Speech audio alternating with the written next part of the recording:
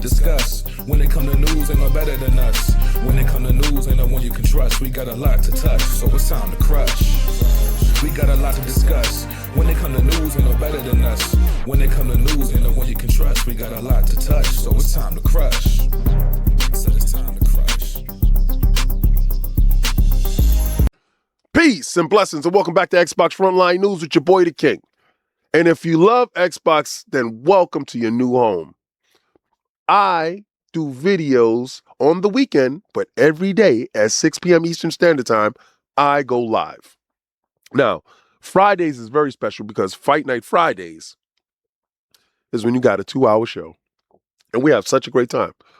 But again, if you love Xbox, well, you found your new best friend, me, the King. And take my invitation and become a sub.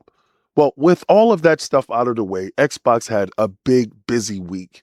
And in having that big, busy week, we have a lot of stuff to talk about, especially when it comes to Project Helix. And I know you're saying, what the hell is Project Helix, King? Well, if you've been under a rock, I got you. Project Helix is what Magnus was used to be called, the rumor of Magnus is now the Project Helix that is confirmed. Asha Shermer did this, the new CEO of Xbox, on the day Marathon came out. Now, we will delve deeper into that, but I got a lot of stuff to talk about and show you. Now, the biggest distraction that you're going to start seeing now that, Helix, the code name has been broken and the spec sheet has been kind of leaked, is the speculation on price. When detractors try to take away anything that Microsoft has or Xbox has, they start going with different narratives to make you disinterested in something that you should be joyous about. Now, I'm going to start breaking this down, and I've told you before that this is going to be a premium device. And anyone believing that it's going to be $1,000 will be dramatically shocked at the fact that I'm going to prove to you that it's going to be $14.99. And I'm going to prove to you that without a shadow of a doubt, the day of the cheap console is dead and gone. Now, this is brought to you by Open Critic. And they got this from Game Rant. Xbox Helix console could cost at least $1,000, but will be significantly more powerful than the Series X. And that's a factual thing. The power within inside the device is at least 5 to 6-fold of the Series console. And when that device itself is brought to market, it will be the most powerful console in existence.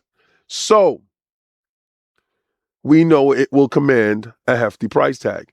If you can look at something like the Xbox ROG Ally X, which at the time when it released, it was the heaviest device as far as power spec. We realize now that that was $1,000 and some change. You have to understand, we have crossed the Rubicon. Gaming has finally been pushed out of your reach. It's been trying to get there for many years.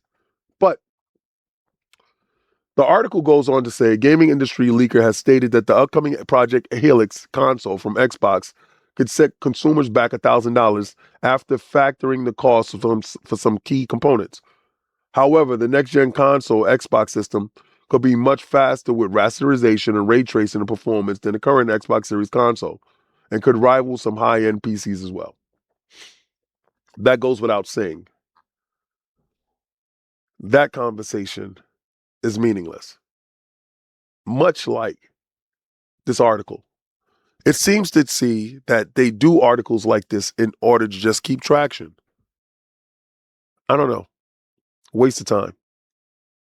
The funniest thing about all of this information that's dropping when it comes to Project Helix is the fact that we knew the majority of this stuff long ago. Sarah Bond came out a long time ago and said the same thing. Phil Dominus Maximus Aurelius Spencer, first of his name, said it as well.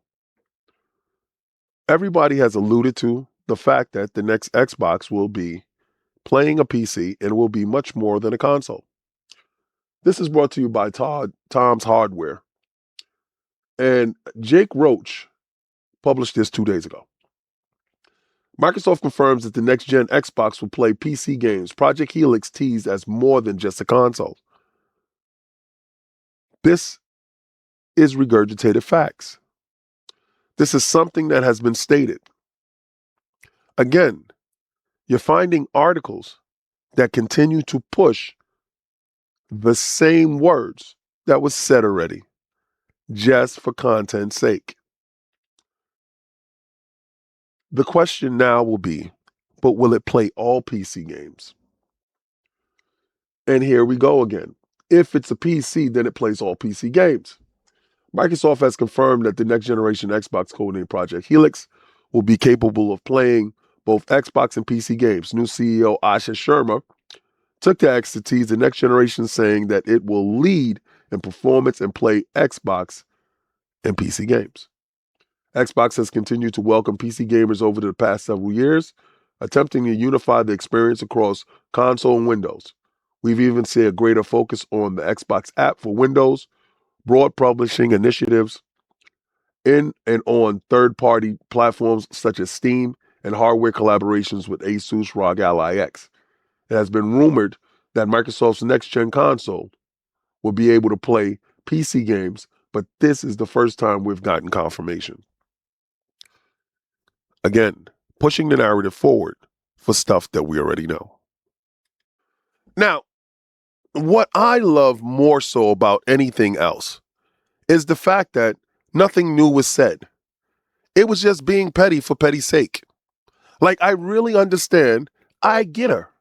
And if that was what her intention was, because it was the day that Marathon dropped, and she understood very well that Marathon needs to succeed in order for Sony to survive. And if they do happen to fail, and Marathon does close their doors, well, that's a huge blow to Sony. So drop any news on Project Helix on the day that Marathon came out and said, catch me outside, how about that? See you at GDC.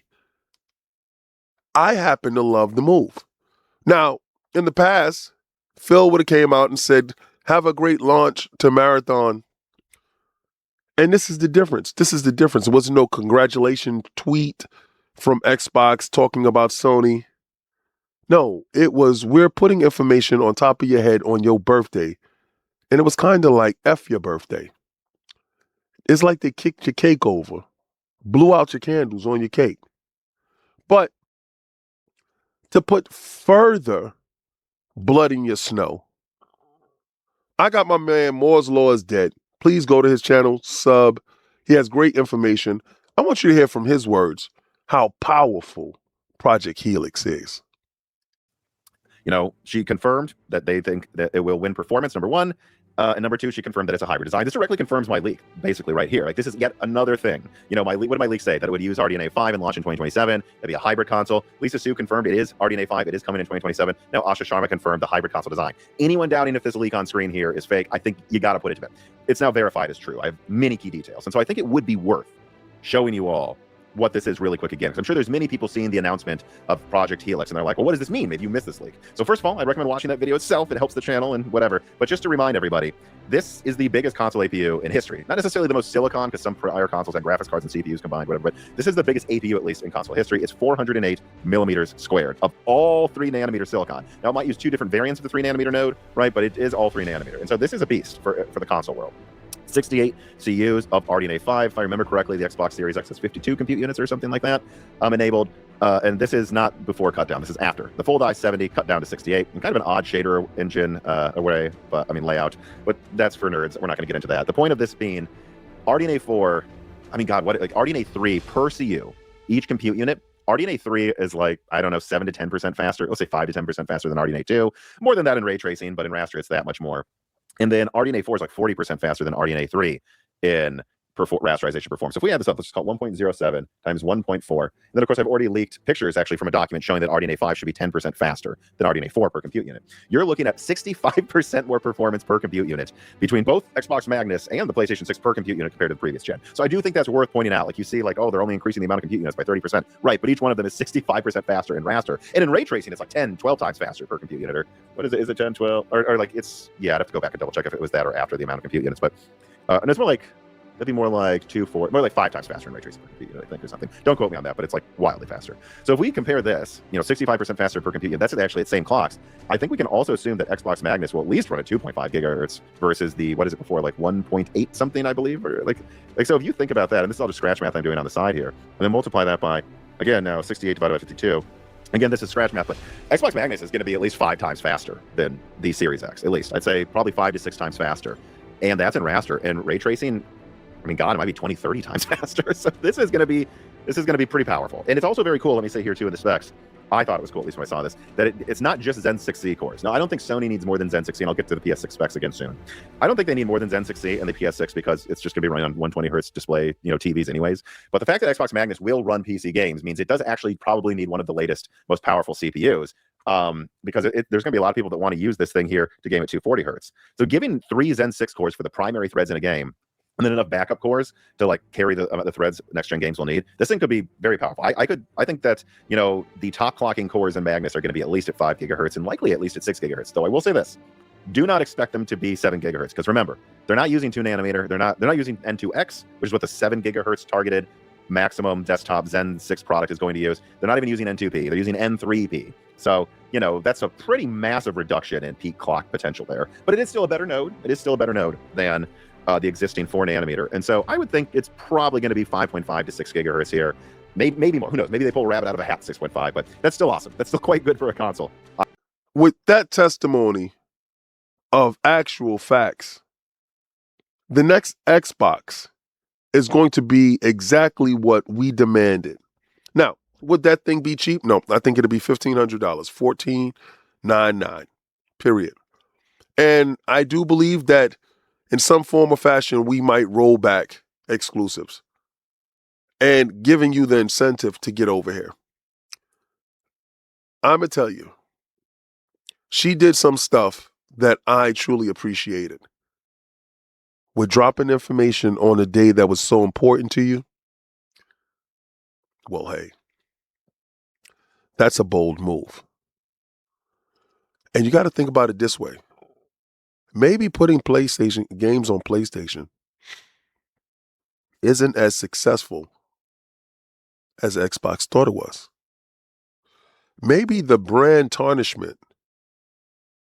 wasn't worth it. I tell you, all money ain't good money. But this is Xbox Frontline News with your boy, The King. If you've seen anything that you like here, please take my invitation, become a sub, share it out, let everybody know.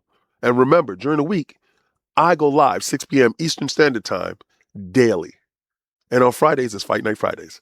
So I want you to go where I try to go, where I'm going to go, where you should be. I want you to go where game is game and win is win. And try to play the Game Pass. My thought is everything has a price. There is not a number that can get you back in that ring. 80 million, 100 million. Nah, because now you selling your soul. $100 million, you can have my soul. That's you. Now we know your character. Sometimes, you look at people and you be like, dang, man, you ain't got no dignity. You ain't got no morals. Like, come on, man. Like, what you gonna stand for if everything is about money?